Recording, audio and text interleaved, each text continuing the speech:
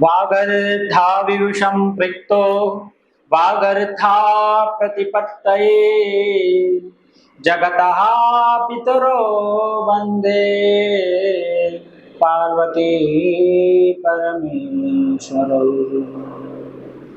हर हर महादेव। आज हम जानेंगे कि भगवान शिव की आदि परिक्रमा क्यों करते हैं और शास्त्र में क्या वर्णन है आदि परिक्रमा के विषय। तो इसमें वहाँ आचार्येन्दु एक ग्रंथ है, वहां पर बताया गया है कि अर्धम सोम सूत्रांत मित्यर्थः, इस तरह से वहां सोम सूत्र तक ऐसा किया गया। यानी जो सोम सूत्र क्या है, जो भगवान पर हम जब जल चढ़ाते हैं, जब वो भगवान के स्नान के बाद में जब बह करके जब जहां से निकलने लगता है, वहां सोम सूत्र तक के विषय में वहां बताया गया है। क्योंकि सबके मन में आता है, कई बार लांग भी जाते हैं, कई बार तो लांग कौन से स्थान को आप लांग सकते हैं और कहाँ नहीं लांग सकते, इसके विषय में। तो जैसे आदि परिक्रमा करनी चाहिए भगवान शिव की, ये सब जानते हैं, लेकिन कैसी स्थिति में आप वहां लांग सकते हैं, कैसी कई मंदिरों में लांग आ जाता है, चले जाते हैं, सब घूम आते हैं। कई मंदिर में रेलिंग लगा देते हैं, कुछ इस तरह की व्यवस्था रहती है कि कोई लांग ही नहीं पाता है, चाहते हुए भी नहीं लांग सकते हैं। तो वो अलग अलग व्यवस्थाओं के ऊपर है, लेकिन हमें क्या करना चाहिए हमें जरूर जानना चाहिए। तो इस विषय में शिवम प्रदक्षिणी पूर्वं सोम सूत्रम न लंघयेत इति वचनांतरात्, यानी बताया गया है कि तृण यानी तिनका होता है, काष्ठ माने लकड़ी, और पत्ता यानी पत्ते जो होते हैं, ईंट आदि से जो ढका हुआ सोम सूत्र है उसे लांग सकते हैं, यानी लंघन किया जा सकता है। और जब बिल्कुल स्पष्ट दिखाई दे रहा हो, खुली हुई नाली हो एकदम, तो वहां पर लांघना नहीं चाहिए। लेकिन जब ऐसी आधी परिक्रमा करनी तो आधी ही परिक्रमा है, क्योंकि शास्त्र में निर्देश है आधी परिक्रमा, भगवान शिव की आधी परिक्रमा का ही निर्देश है। लेकिन कई बार कहीं आप परिक्रमा नहीं कर रहे हैं, आप घूम रहे हैं या मंदिर में से उस तरफ होकर के आ रहे हैं या दूसरी साइड से निकल के आ रहे हैं, तो कहाँ आप लांग सकते हैं, नहीं लांग सकते हैं, इस विषय में विचार किया।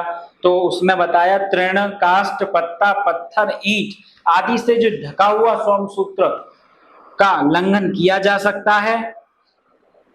इस विषय में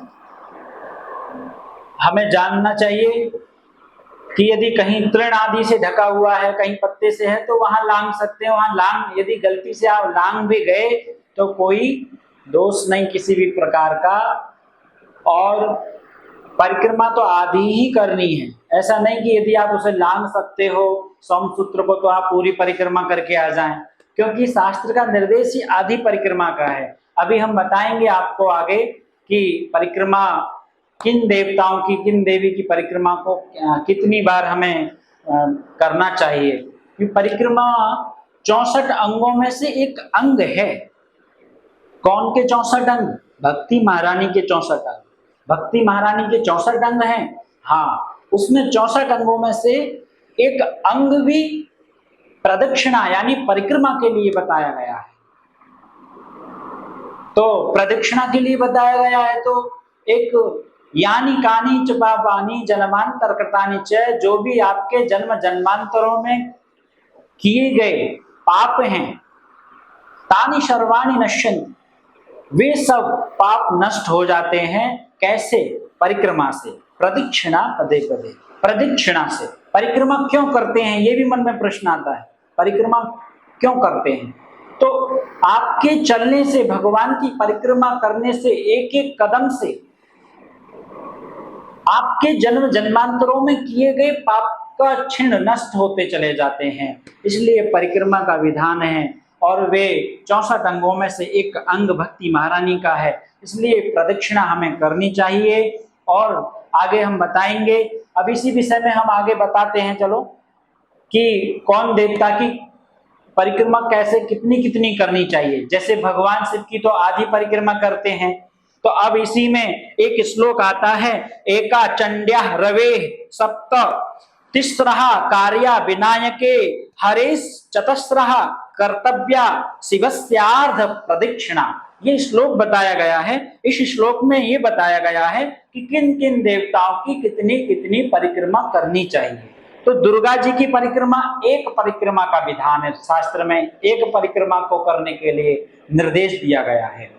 उसी में सूर्य भगवान की कितनी प्रदक्षिणा करनी चाहिए, बोले 7। बोले कैसे करोगे, अपने ही स्थान पर आप 7 बार जब घूम जाएंगे हाथ जोड़ करके, तो समझो भगवान सूर्य के परिक्रमा 7 पूर्ण हो गई। अब उसके आगे बताते हैं कि तीसरा कार्य विनायके, यानी जो भगवान गणेश जी की परिक्रमा कितनी करनी चाहिए। भगवान गणेश जी की परिक्रमा 3 परिक्रमा का विधान है, 3 परिक्रमा करनी चाहिए। भगवान विष्णु की कितनी करनी चाहिए, भगवान विष्णु की 4 परिक्रमा करनी चाहिए, 4 परिक्रमा का विधान है। और भगवान शिव की अर्ध परिक्रमा का विधान शास्त्र में वर्णन है। इसने बताया हरेश चतस्रः कर्तव्या, और अंत में बाद में कहा है शिवस्यार्ध, यानी शिव की अर्ध प्रदक्षिणा के बारे में बताया गया है, शिवस्यार्ध प्रदक्षिणा। हर हर महादेव।